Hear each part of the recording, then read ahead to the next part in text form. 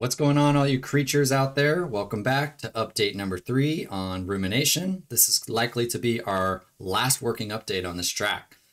Made some major progress this past week and excited to show you what has changed since we last hung out. First and foremost, new hi-hats. They finally came. So here they are here.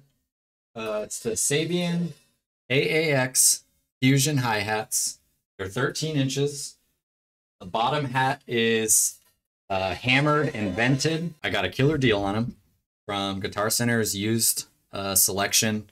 I'm shocked at the condition that they're in. You know, I didn't know what to expect, and they're really immaculate. They look great. There's no, I think keyholing they call it, like up on the top of the bell. There's no cracks. There's nothing. The logo's perfectly intact. It was a great deal, man.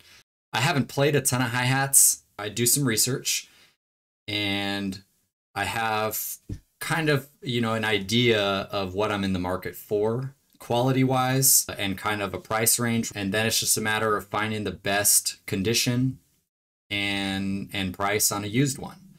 So because I'm not playing all the hi-hats and finding the one that I like the best, it's kind of like, you know, it shows up and that's going to be my hi-hat sound now. So unless it's dreadful, you know, I have to kind of like it because I don't really have a choice. So, but it's working out okay.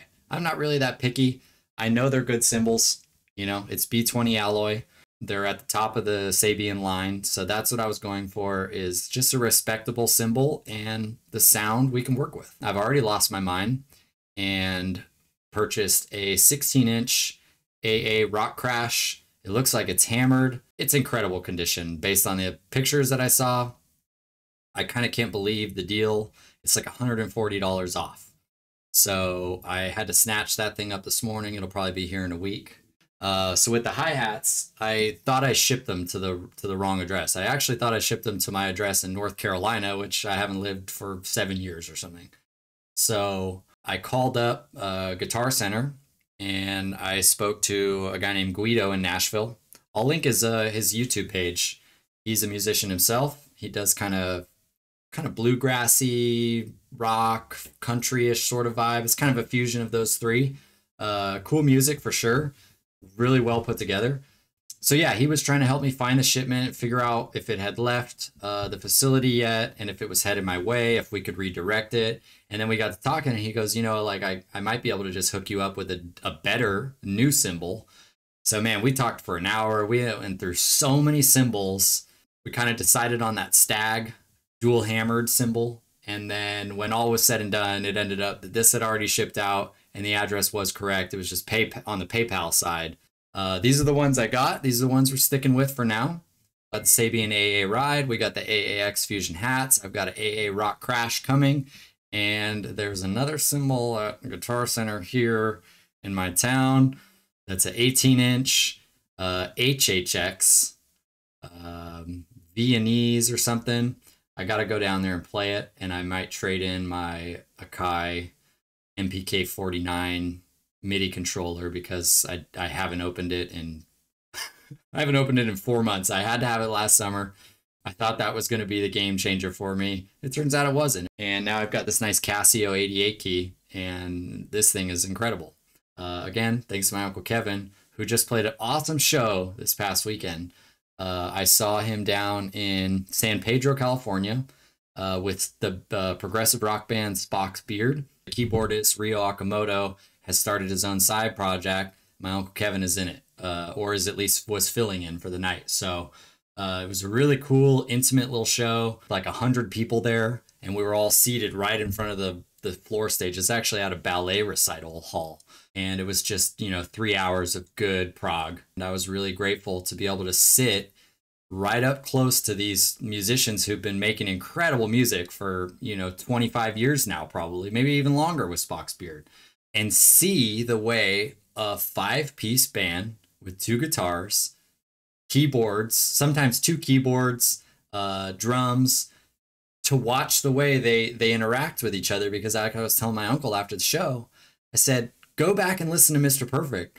My band is that. I love that stuff. So I make a little bit of a dancier vibe to my music, but my influences are fully in that realm, in addition to other areas as well. But it was really nice to be able to study the musicians playing the instruments I'm not as familiar with. I was watching the drummer, and I was kind of like, when are drummers using their foot on their hi-hat? And I noticed a lot of the time when he would play the ride, he'd kind of just keep a steady beat with his left foot on the hi-hat. I was watching his cymbal flourishes on kind of the slow parts and the transitions, and watching how he kind of accents chord and note changes when there's not an actual beat backing the music, with just little ting ting, little cymbal touches here and there. Ryo Akamoto had 2 keyboards in front of him, and then one of them was an organ. He had the actual, like, the tone wheel going around behind him. He had a guitar, and then he also had a mini Moog that he had like 4 things, and he would spin around like this and play everything with 2 hands. So I was like, okay, this is kind of opening my eyes to what's possible. So that was really cool to be able to see, and I think it was really valuable for me. So again, shout out to my Uncle Kevin. Let's get to the track.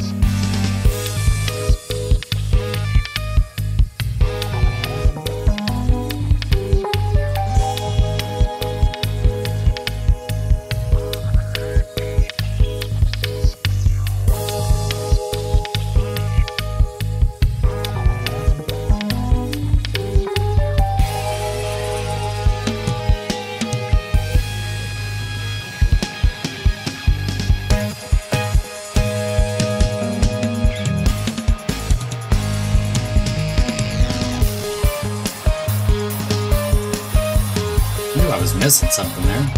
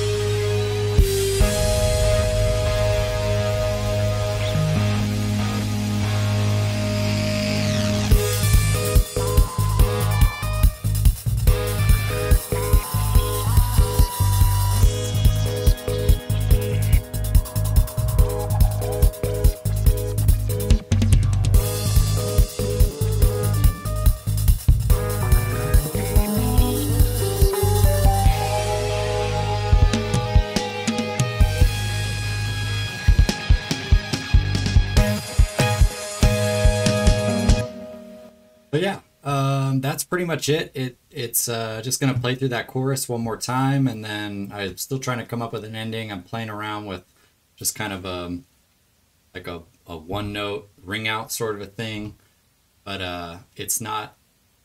It needs to be like, I need to re-record some guitars and stuff to really. I just grabbed a chord from earlier in the song and kind of stuck it in, and I've been like mixing and matching ring outs from other spots just to see how it might sound. So. That's where we're at there. I grabbed a notebook during that to jot down a couple things. There's a couple hi-hat hits I'd like to add right around here. In one of the drum fills, I can picture it, doo, doo, doo, doo. da, like when it hits the snare, hit the hi-hat too. So yeah, it's sounding real clean now. It's a little bit like, it's a little low volume, and there's a lot of white noise right now, which is kind of annoying me. I need to figure out, it's coming from the master desk, I believe, but I need to figure out why there's so much noise in the background compared to this. Or I'm sorry, compared to Mr. Perfect. So we will figure that out for sure. But other than the tracking of the new instruments, it was just a lot of mixing stuff. There was a lot of high frequency noise coming from the various pads and the white noise track. It all just got like a little overwhelming. So I backed a bunch of it out quite a bit to let the instruments kind of shine through. When I started this song, I had a totally different mindset for what I was going for. There was hardly any live instruments in my music, and a lot of these pads and stuff that you're hearing, I kind of developed these years ago, and I'm just kind of attached to them right now. You got like this bass pad here that I did on the Mini Moog VST. So you got that. There's this pad. Just kind of a droning, kind of going like I think it's like a half step up. Just kind of bends up, comes back down. This little stick part here is new.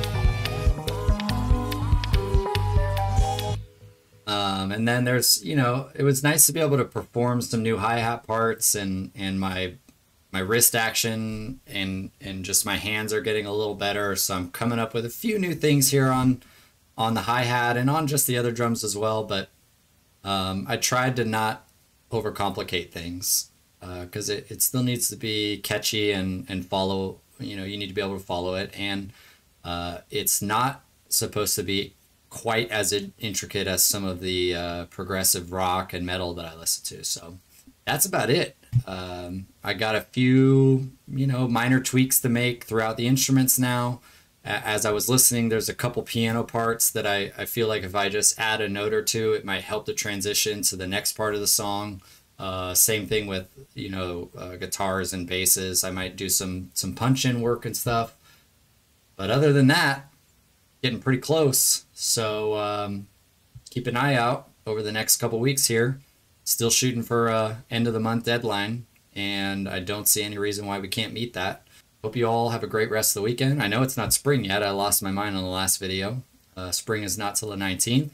I think I've been anxiously awaiting the updating of the season on the little Melissa and Doug kids calendar that we update every day. I kept telling the girls, pretty soon we get to change it from winter to spring. I think I jumped the gun a little bit. Didn't hurt anyone. It's sunny here in California. Grass is growing, flowers are growing, trees are blooming. It feels like spring. So I hope it's feeling that way in your neck of the woods. Have a great rest of the weekend, and I'll see you back with a new track soon. All right, take it easy.